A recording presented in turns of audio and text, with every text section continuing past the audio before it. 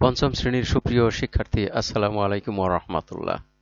তোমাদের গণিত বইয়ের যে অধ্যায়গুলো এই বার্ষিক পরীক্ষার জন্য থাকবে, সে অধ্যায়গুলোর মধ্য থেকে একটি মডেল প্রশ্ন নিয়ে তোমাদের সাথে আজকে আমরা আলোচনা করব। আসো আমরা শুরু করি। মডেল প্রশ্ন, প্রাথমিক গণিত, সময় 2 ঘন্টা 30 মিনিট। এখানে দেখো, প্রথমেই সংক্ষেপে উত্তর প্রশ্ন থাকে, যা মোট 20টি থাকে। 1 নম্বর প্রশ্নে 20টি, প্রতিটির নাম্বার হলো 1, মোট 20 নম্বর। আসো আমরা প্রথমে এই সংক্ষিপ্ত উত্তর প্রশ্নগুলোর মধ্য থেকে একটি মডেল প্রশ্নের এই সংক্ষিপ্ত প্রশ্নের উত্তরগুলো সমাধান করি। প্রথমে 1 নম্বরে, একটি ঝুড়িতে 91টি আপেল আছে, এরূপ 23টি ঝুড়িতে কতটি আপেল আছে? তাহলে আমাদের কি করতে হবে? আমাদের এই 91 আর 23 গুণ করে নিতে হবে। গুণ করে বের করতে হবে এর উত্তর কত হয়। তাহলে আসো আমরা প্রথমে গুণ করি।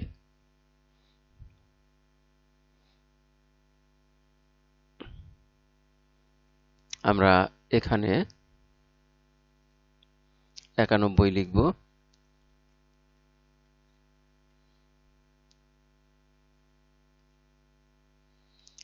তারপর তার নিচে লিখব 23।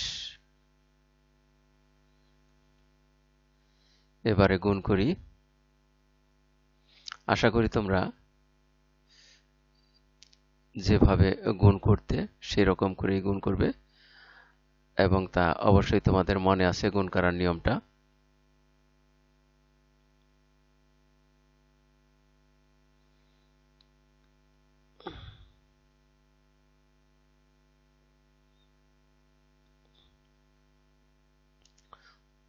প্রথমে আমরা 3 দ্বারা এই 91 কে গুণ করব।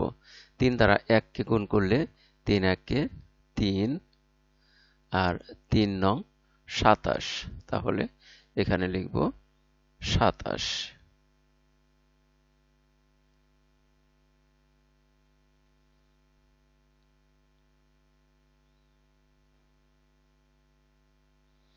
এবারে এই 2 দ্বারা গুণ করব।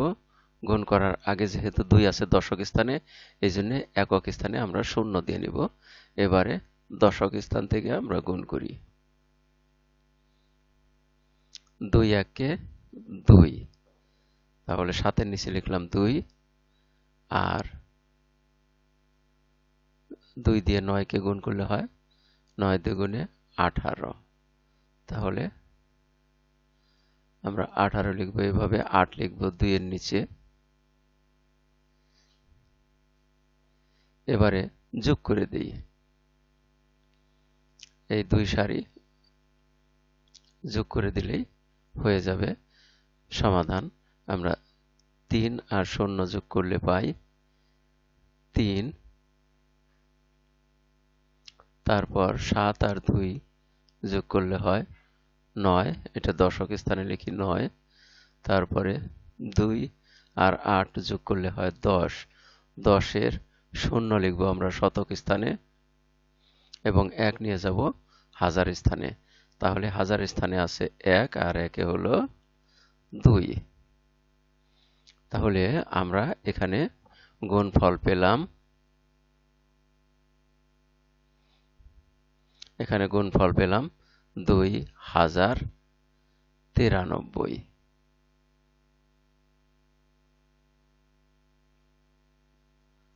এবারে 2 নাম্বার লক্ষ্য করো, একটি বইয়ের ক্রয় মূল্য 150 টাকা এবং বিক্রয় মূল্য 180 টাকা। শতকরা কত লাভ হলো? এখানে আমাদের এই বিক্রয় মূল্য থেকে ক্রয় মূল্য বিয়োগ দিতে হবে। বিয়োগ করে যা পাওয়া যাবে তাকে আমরা শতকরায় প্রকাশ করব। তাহলে আমরা আগে মোট লাভটা বের করব। মোট লাভ হলো তোমার এখানে 180 বিয়োগ হলো 150 সমান 30।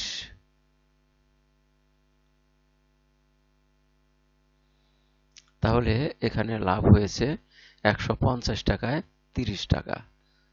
তাহলে আমরা এটা এভাবে লিখতে পারি, 150 টাকায় লাভ 30 টাকা। অতএব 1 টাকায় লাভ,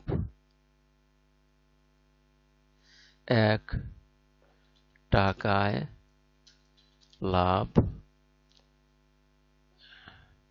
সমান হবে 150 ভাগ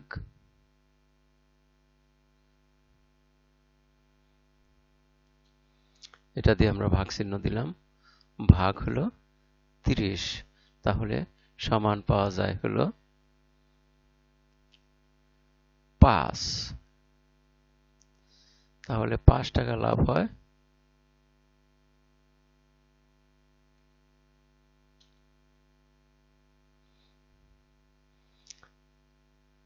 এখানে একটু খেয়াল করো, এইখানে লক্ষ্য করবা যে আমরা এখানে 150 কোথায় লিখবো, আগে লিখবো না পরে লিখবো? সব সময়ই এই ডান পাশে যে সংখ্যাটি আছে সেটি আগে লিখতে হয়। তাহলে আগে লিখতে হবে আমাদের 30। 30 এর পরে আমরা ভাগ চিহ্ন দিব, ভাগ চিহ্ন দিয়ে লিখব পরের সংখ্যা এবং তারপর লিখব টাকা। অতএব এবার হলো 100 টাকায় লাভ। 100 টাকায় লাভ সমান, এখানে আমরা যা করব তা হলো এই 100, এখানকার 100 এখানে এসে গুণ হবে, আর গুণ হলে তা হবে এই উপরের 30 এর সাথে। তাহলে 30 এর সাথে গুণ হবে 100। 30 আমরা গুণ চিহ্ন দেব, এটা দিয়ে গুণ হলো 100, তারপরে ভাগ চিহ্ন দিব 150। এক্ষেত্রে লক্ষ্য করো যে আমরা যদি 100 কে এই 30 দিয়ে গুণ করি তাহলে হয় 3000, আর তাকে ভাগ দিতে হবে 150 দিয়ে। তাহলে 150 দিয়ে যদি ভাগ দেই, আমরা এখানে লক্ষ্য করো যে এই 300 কে যদি 150 দিয়ে ভাগ দেই হয় 2 বার, ভাগফল হয় 2, তার সাথে আছে 0, তাহলে হয় 20। অর্থাৎ 3000 কে এই 150 দিয়ে ভাগ দিলে হয় 20। তার মানে আমাদের এই ভাগফলটা হবে 100, শুধুমাত্র 20 টাকা। অর্থাৎ আমরা এর পরিবর্তে লিখব সমান 20 টাকা। আর এটাকে যখন আমরা উত্তরে লিখব তখন হবে 20%, অর্থাৎ লাভ হলো 20%।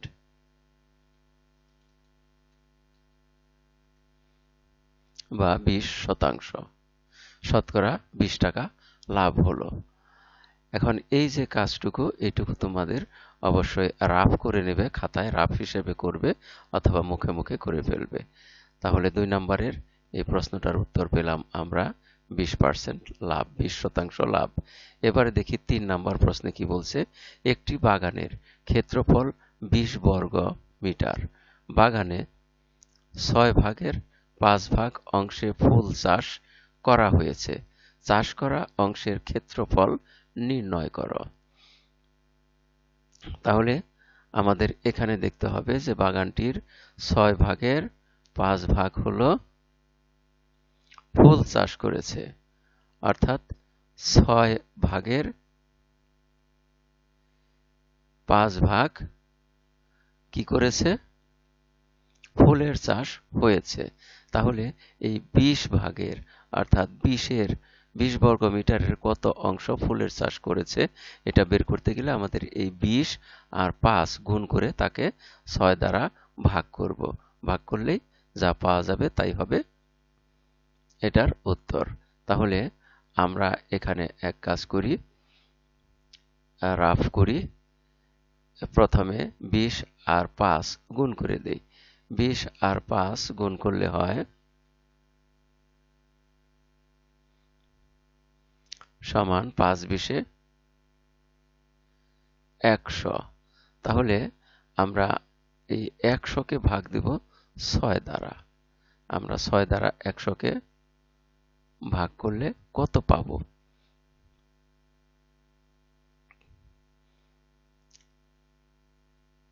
আমরা এখানে 100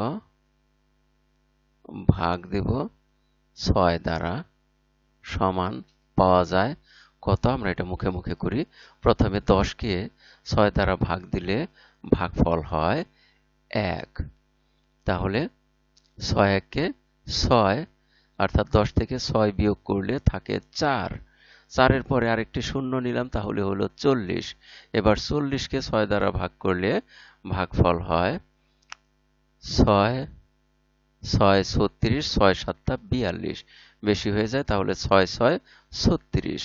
তাহলে এবার পেলাম 16। এখন 40 থেকে 36 বিয়োগ করলে থাকে 4। 4 থাকলে আমরা যদি এখানে একটা দশমিক ভগ্নাংশের দশমিকের গুণ ভাগের মতো আমরা যদি এখানে একটা দশমিক দিয়ে দেই ভাগফলে, তাহলে আমাদের সেই যে 4 রয়েছে 4 এর পাশে একটি শূন্য বসে এটা হয় আবার 40। 40কে আবার যদি 6 দিয়ে ভাগ দেই তাহলে 6 6 36। আবার রইল 4, আরেকটি শূন্য নিলে হলো 40, আবারও থাকে 6 6 36। এইভাবে আমাদের সংখ্যা অসংখ্য অসীম পর্যন্ত হতে পারে, 16.666 এইভাবে। তখন আমরা এর পরিবর্তে লিখতে পারি 16.67। তাহলে 16.67 বর্গ মিটার আমরা ধরে নিতে পারি।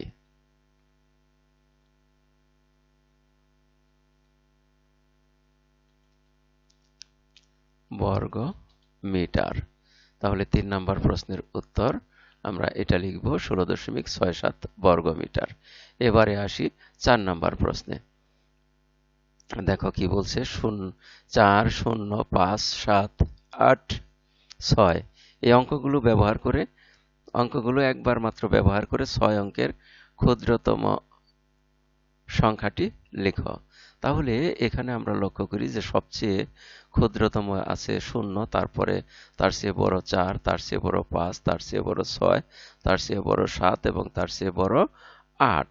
কিন্তু শূন্যকে যদি আমরা সর্ব বামে বসিয়ে দেই তাহলে এই শূন্যর কোনো মান থাকে না। এই কারণে আমরা ক্ষুদ্রতম সংখ্যাটি লিখতে প্রথমে শূন্যর চেয়ে বড় যে সংখ্যাটি সেই সংখ্যাটি লিখব, তা হলো 4। তারপরে লিখব 0 এবং তারপর পর্যায়ক্রমে বড় সংখ্যাগুলো আমরা লিখব। এই হয়ে গেল ক্ষুদ্রতম সংখ্যাটি। এবারে আসো দেখি 12 এবং 15 এর সাধারণ গুণনীয়ক কয়টি এটা বের করতে হবে। আর তোমরা কিন্তু এই প্রশ্নগুলোর উত্তর শুধু সংক্ষেপে এই উত্তরটা লিখবে।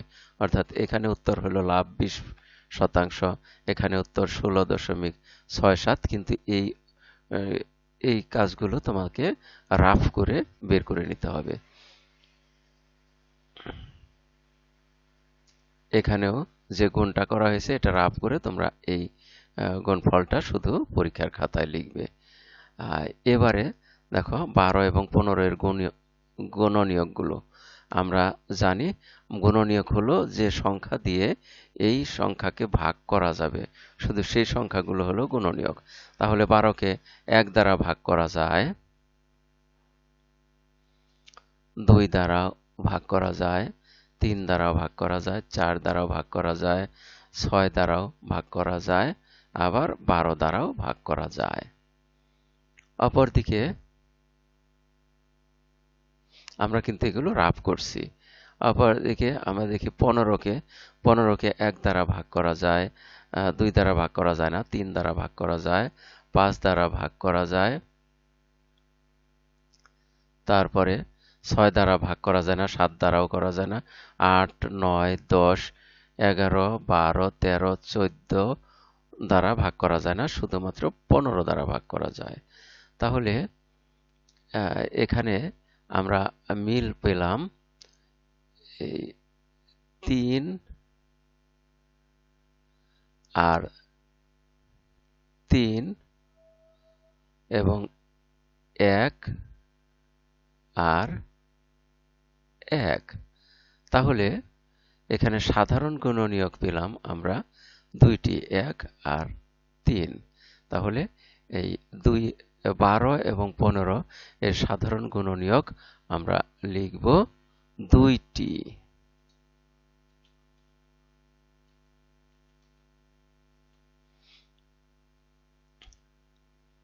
এবারে আসো 6 নম্বর প্রশ্নে। একটি সাদা ফিতার 8 ভাগের 3 ভাগ বা 8-এর 3 অংশ লাল রং করা হলো। ফিতার কত অংশ সাদা রইল? তাহলে আমরা পুরো ফিতাকে যদি ধরি 1, তাহলে 1 থেকে আমরা এই অংশটা বিয়োগ করব। সেই ক্ষেত্রে আমরা এখানে লিখলাম 1, তার থেকে বিয়োগ চিহ্ন দেই, বিয়োগ চিহ্ন দিয়ে আমরা এই ভগ্নাংশটা লিখব।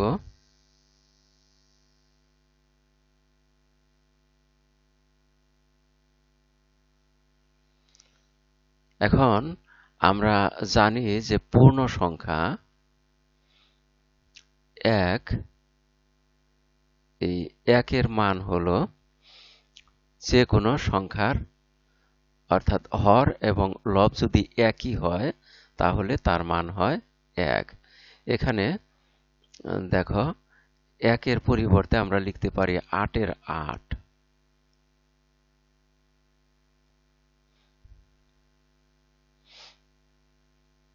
অর্থাৎ উপরেও 8 নিচেও 8 এভাবে লেখা যায়।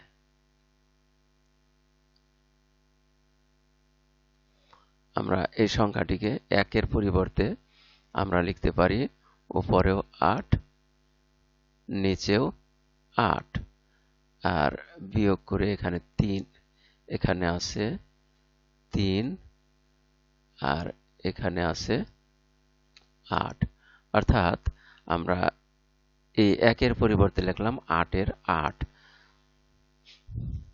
অর্থাৎ এই দুটিকে আমরা সমহর বিশিষ্ট ভগ্নাংশে রূপান্তর করে নিলাম। এবারে বিয়োগ করি। আর সমহর বিশিষ্ট ভগ্নাংশে বিয়োগের ক্ষেত্রে আমরা জানি যে হর একই থাকে, অর্থাৎ বিয়োগফলে আমরা হর লিখব একই, আর তা হলো 8। তাহলে বিয়োগফলে হর হলো 8 আর লব লিখব এই 8 থেকে 3 বিয়োগ করে। 8 থেকে 3 বিয়োগ করলে হয় 5। তাহলে আমরা এই পেয়ে গেলাম ফিতার কত অংশ সাদা রইল। ফিতার 8 ভাগের 5 ভাগ বা 8-এর 5 অংশ সাদা রইল। এবারে দেখো 7 নম্বর প্রশ্ন। তোমার স্কুল অপরাহ্ন 4টায় ছুটি হলো। আন্তর্জাতিক রীতিতে কয়টার সময় স্কুল ছুটি হলো? আমরা জানি আন্তর্জাতিক রীতিতে শুধু এই সংখ্যার সাথে 12 যোগ করে দিলেই হয়ে যাবে। তাহলে আমরা লিখব 4 যোগ 12 সমান হলো 16। তাহলে আন্তর্জাতিক রীতিতে 16টার সময় স্কুল ছুটি হলো। তাহলে তোমরা এখানে শুধু এই রাফটুকু করার দরকার নেই, শুধুমাত্র উত্তর লিখবে হলো 16টার সময়।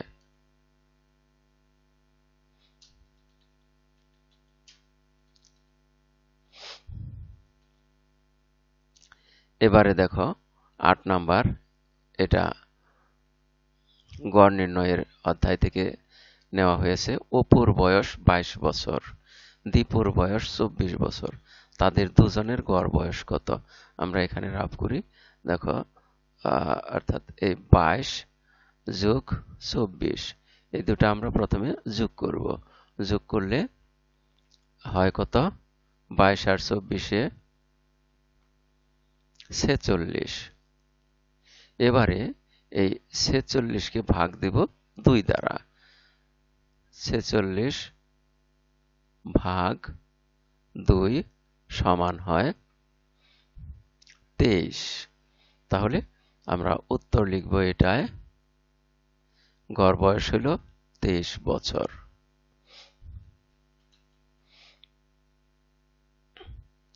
এবারে দেখো 9 নাম্বার, 1 ডজন কলার দাম 150 টাকা হলে 1 হালি কলার দাম কত? আমরা জানি 1 ডজন সমান 12টি, তাহলে আর 1 হালি সমান হলো 4টি।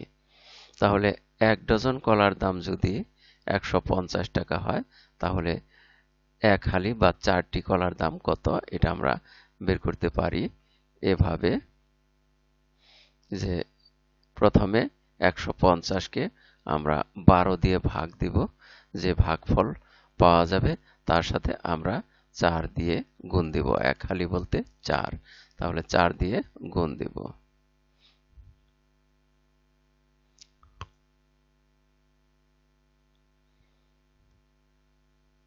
তাহলে আমরা প্রথমে 150 এটাকে ভাগ দিব 12 দিয়ে।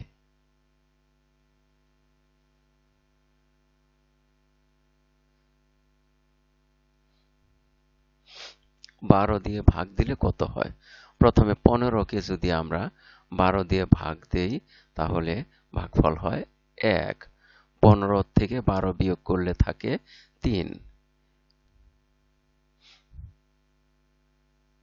এবার 3-এর সাথে 0 যোগ করলে হয় 30। তাহলে 30-কে 12 দিয়ে ভাগ দিলে যায়, ভাগফল হয় 2। 12 দুগুণে 24। 30 থেকে 24 বিয়োগ দিলে পাওয়া যায় 6। এবারে আমরা এই 6-এর সাথে একটি 12-র পর একটি দশমিক বসিয়ে 6-এর সাথে একটি শূন্য বসাই, অর্থাৎ 10 গুণ করি। তাহলে 6 10 60। এবার 60-কে এই 12 দিয়ে ভাগ দিলে হয় 5 12 60, অর্থাৎ 12.5 পাওয়া যায়। এবারে 1 হালি কলার দাম হবে, তাহলে এই 12.5-কে আমরা গুণ দিব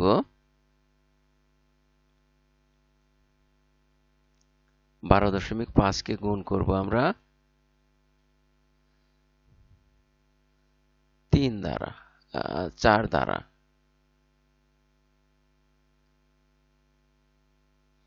এটাকে আমরা 4 দ্বারা গুণ করব। গুণ করলে গুণফল হয়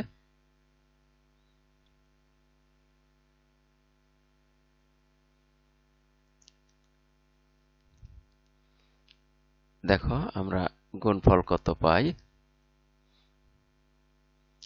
প্রথমে 5-কে যদি 4 দ্বারা গুণ করি, তাহলে হয় 4 5 20, 20-এর 0, হাতে রইল 2। এবারে দশমিক বসিয়ে দেই, 2 দশমিকের পরে চলে গেল। এবার 4 দুগুণে 8 আর 2-এ হয় 10, 10-এর 0 রইল হাতে 1, 4 1-কে 4 আর 1-এ হলো 5। তাহলে আমরা পেলাম 50 টাকা। তাহলে এই 1 হালি কলার দাম পেলাম 50 টাকা। তাহলে আমরা এটার উত্তর লিখব 50 টাকা।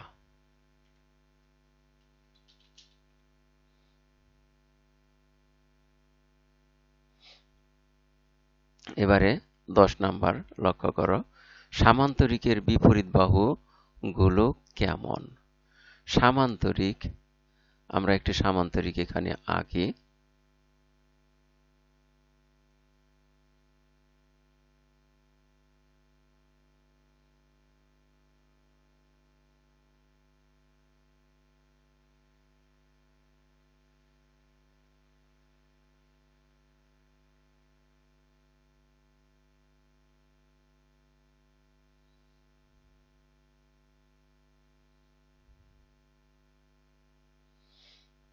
একটি সামান্তরিক হয়ে গেল। এখন এই সামান্তরিকের এই বাহু আর এই বাহু এটা হলো বিপরীত, আর এই বাহু আর এই বাহুটাও বিপরীত বাহু। এখানে দেখো বিপরীত বাহুগুলো সমান এবং সমান্তরাল। তাহলে এই সামান্তরিকের বিপরীত বাহুগুলো সমান ও সমান্তরাল হয়। আমরা এটাই এখানে লিখব। সামান্তরিকের বিপরীত বাহুগুলো সমান ও সমান্তরাল। সমান ও সমান্তরাল।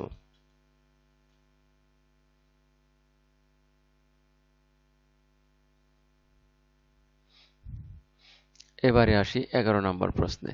নিঃশেষে বিভাজ্যের ক্ষেত্রে ভাজ্য নির্ণয়ের সূত্রটি লিখো। এখানে ভাজ্য নির্ণয়ের সূত্রটা হবে এরকম: ভাজ্য সমান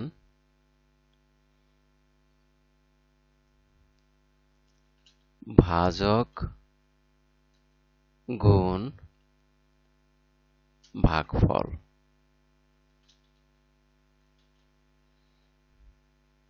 আমরা এখানে গুণ চিহ্নটা দিয়ে দেই।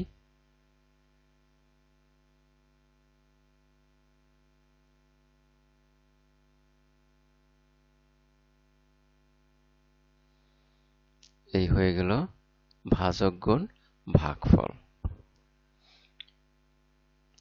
এবারে আসি 12 নম্বর প্রশ্নে।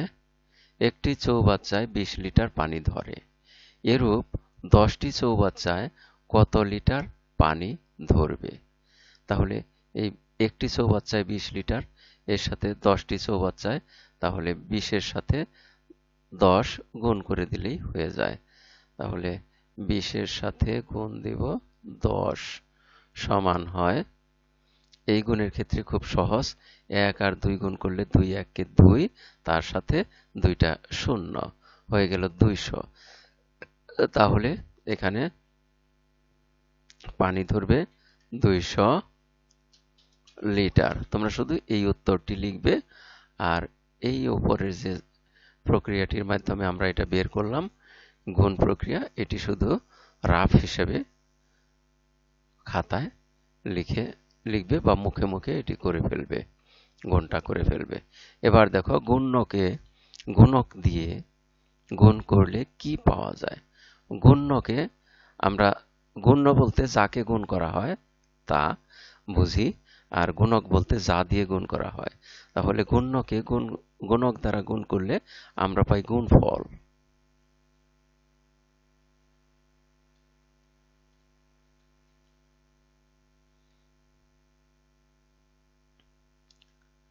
তারপরে 1976 সালের ফেব্রুয়ারি মাসে কত দিন ছিল? এটা আমরা কিভাবে বের করব? আমরা এই 1976-কে ভাগ দিব 4 দিয়ে। 1976 একে ভাগ দেব 4 দিয়ে। যদি নিঃশেষে বিভাজ্য হয় তাহলে তা ফেব্রুয়ারি মাস, সেই বছরটি হবে লিপ ইয়ার বা অধিবর্ষ, এবং ফেব্রুয়ারি মাস হবে 29 দিনে। তাহলে আসো দেখি, প্রথমে 19-কে 4 দ্বারা ভাগ দিলে 4 4 16, 4 5 20, তাহলে 4 4 16। 19-এর থেকে 16 বাদ দিলে থাকে 3, 3-এর সাথে 7 যোগ করি বসাই, তাহলে হয় 37। 37-কে আমরা যদি 4 দিয়ে ভাগ করি তাহলে হয় 4 নং 36, 4 10 40, তাহলে 4 নং 36। আমরা 9 বার পেলাম। 37 থেকে 36 গেলে থাকে 1, বিয়োগ করলে থাকে 1, আর 1-এর সাথে এনে বসাই 6, তাহলে হলো 16। এবার 16-কে 4 দিয়ে ভাগ করি, 4 4 16। আমরা দেখলাম যে 1976-কে 4 দ্বারা নিঃশেষে ভাগ করা যায়, আর তা হলো 494 হয়েছে, অর্থাৎ নিঃশেষে বিভাজ্য হয়েছে। তাহলে অবশ্যই এই 1976 সালটি অধিবর্ষ, তাহলে আর এটা অধিবর্ষ হলে আমরা সিদ্ধান্ত নিতে পারি যে 1976 সালে ফেব্রুয়ারি মাস হলো 29 দিন।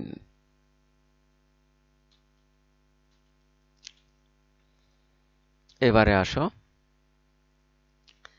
আমরা 15 নাম্বার প্রশ্নটা দেখি। এখানে 31 বিয়োগ বন্ধনীর ভিতরে 3 গুণ 2 যোগ 25 সমান কত হবে? তাহলে এখানে আমরা জানি যে এই ধরনের প্রশ্নে যেখানে 4 প্রক্রিয়াই থাকে সেখানে আমাদের সবার আগে বন্ধনীর ভেতরে কি কাজ রয়েছে, কোন প্রক্রিয়া রয়েছে সেই কাজটি আগে করতে হয়। তাহলে আমরা এখানে 31 যা আছে তাই লিখলাম, তারপর আছে বিয়োগ চিহ্ন, এবারে বিয়োগ চিহ্নের পরে যে বন্ধনীর ভেতরে আছে 3 গুণ 2 এটা আগে শেষ করি প্রক্রিয়াটি। 3 গুণ 2 হয় 3 দুগুণে 6, তারপরে আছে যোগ, যোগ দিয়ে আছে 25। এবারে লক্ষ্য করো যে এখানে যোগ এবং বিয়োগ এই দুটি প্রক্রিয়া যদি থাকে সেক্ষেত্রে তোমাদের সবার আগে যে কাজটি করতে হবে তা হলো আমরা যোগ বা বিয়োগ কোনটি করব এটা নিয়ে চিন্তা করা যায়। এটা নিয়ে চিন্তা করো এবং আমরা জানি যে এই যোগ এবং বিয়োগের মধ্যে যে কোনোটি আগে করা যাবে, কিন্তু এখানে আগে করব আমরা সেই সংখ্যাটি, সেই প্রক্রিয়াটি যে প্রক্রিয়াটি সবচেয়ে বামে আছে। তাহলে এখানে 31 এবং 6 এর মাঝখানে আছে বিয়োগ, আর 6 আর 25 এর মাঝখানে আছে যোগ। তাহলে আমরা কাজ করব হলো সবচেয়ে বামে আছে এই বিয়োগ চিহ্ন, তাহলে বিয়োগের কাজটাই আগে করব। এখানে বিয়োগের কাজে 31 থেকে 6 বিয়োগ করব আগে। তাহলে 31 থেকে 6 বিয়োগ করলে থাকে 25, তারপর যোগ চিহ্ন দিয়ে আরো আছে 25। এবারে আমরা এই দুইটি সংখ্যার মাঝখানে শুধু যোগ চিহ্ন পেয়েছি, এবার যোগের প্রক্রিয়াটির কাজ করি। 25 আর 25 যোগ করলে হয় 50। তাহলে এই 15 নম্বর প্রশ্নের সমাধান পেলাম 50। এবারে আসো আমরা দেখি 16 নম্বর প্রশ্নে কি রয়েছে।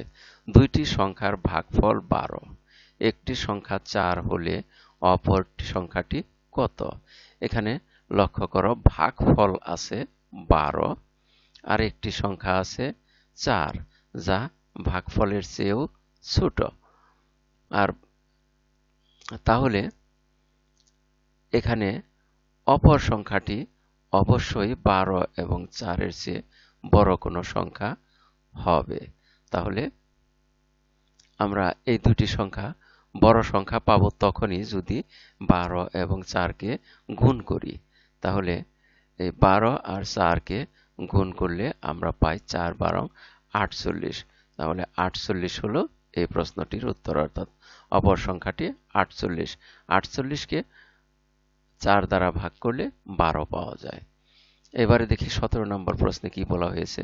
3 অঙ্কের ক্ষুদ্রতম সংখ্যাকে 25 দ্বারা ভাগ করলে ভাগফল কত হবে? এখন 3 অঙ্কের ক্ষুদ্রতম সংখ্যা হলো 1 দিয়ে 2টি শূন্য, এই 3 অঙ্ক হয়ে গেল।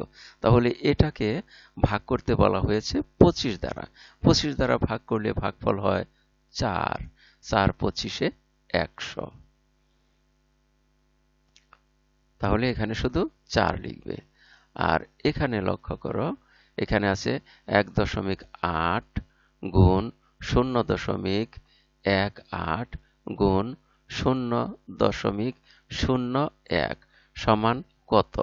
এখানে দেখো আমরা যদি দশমিক বাদ দিয়ে হিসাব করি যে কোনো দশমিক নাই, তাহলে এখানে হয় 18, এখানেও হয় 18, আর এখানে হয় 1। তাহলে 18 কে 1 দিয়ে গুণ করলে 18ই হয়। এবার 18 আর 18 গুণ করি। আমরা এই ফাঁকা জায়গাতে গুণটা করি। 18 গুণ হলো 18। এবারে কত হয় আমরা বের করি। প্রথমে আমরা 8 কে 8 দিয়ে গুণ করব। এই 18 কে প্রথমে এই 8 দিয়ে গুণ করব, একক স্থানের 8 দিয়ে। 8 8 8 8 64, 64-র 4, হাতে রইল 6, 8 একে 8 আর হাতের 6 মিলে হয় 14। তাহলে এখানে লিখি দশক স্থানে 4 এবং শতক স্থানে লিখি 1, 14 লেখা হলো। এবারে এই দশক স্থানের 18-র এই 1 দিয়ে গুণ করব 18-কে, 1 দিয়ে গুণ করব, এটা দশক স্থানে আছে বলে আমরা একক স্থানে একটি শূন্য বসিয়ে নিলাম। এবার দশক স্থানে গুণ করব 8 একে 8,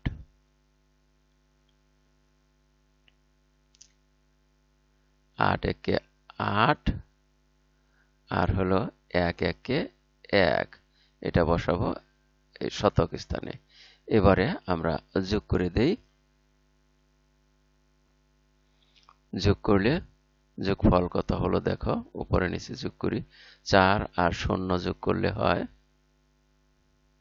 4, 8 আর 4 যোগ করলে হয় 12, 12-র 2 বসলো দশক স্থানে আর 1 গেল শতক স্থানে। শতক স্থানে আছে 1 আর 1 2 আর হাতের 1 মিলিয়ে হলো 3।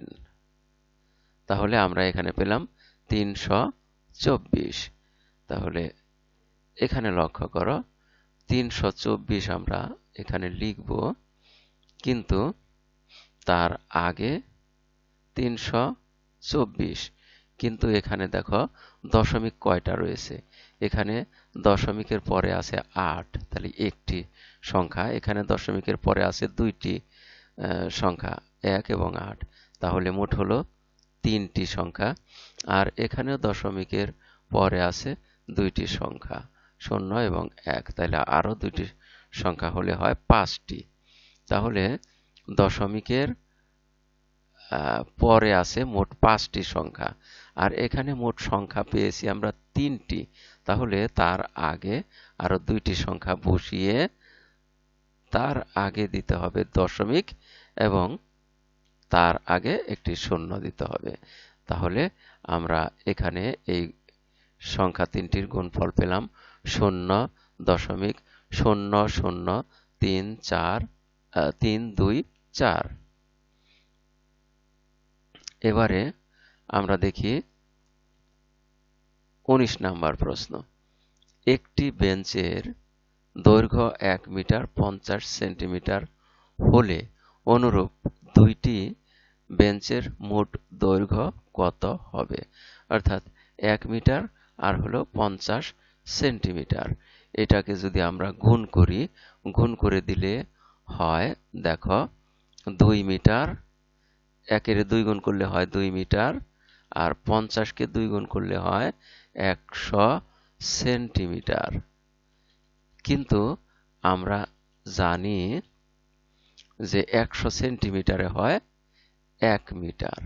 তাহলে এখানে 100 সেন্টিমিটার হয়েছে, এই 100 সেন্টিমিটারের পরিবর্তে আমরা 1 মিটার ধরতে পারি। তাহলে 1 মিটার আর এখানে আছে 2 মিটার, সব মিলিয়ে হলো 3 মিটার।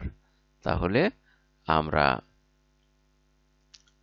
এই দুইটি বেঞ্চের দৈর্ঘ্য পেলাম 3 মিটার। এবারে 20 নম্বর প্রশ্নে বলা হয়েছে উপাত্ত কত প্রকার ও কি কি। এটা দেখো আমরা জানি যে উপাত্ত 2 প্রকারের হয়, একটা হলো বিন্যস্ত উপাত্ত আর একটা হলো অবিন্যস্ত উপাত্ত। তাহলে আমরা এখানে উত্তরটা এভাবে লিখব, 2 প্রকার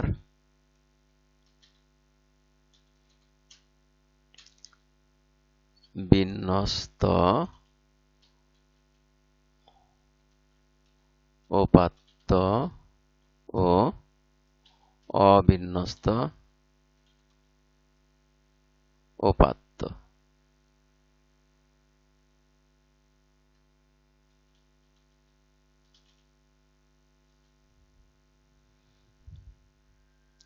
তাহলে আমরা এই সংক্ষিপ্ত 20টি প্রশ্ন নিয়ে আলোচনা করলাম। আর এর মধ্য দিয়ে আজকের এই পাঠের শেষ প্রান্তে এসে পড়েছি। এতক্ষণ ধৈর্য সহকারে সম্পূর্ণ ভিডিও দেখার জন্য তোমাদের সবাইকে জানাই অনেক অনেক ধন্যবাদ। সেই সাথে এই প্রশ্নের পরবর্তী প্রশ্নগুলোর অর্থাৎ কাঠামোবদ্ধ প্রশ্নগুলোর সমাধান নিয়ে আলোচনার দেখার আমন্ত্রণ রইল। Thank you very much for watching and keep watching for the next video. আসসালামু আলাইকুম ওয়া রাহমাতুল্লাহ।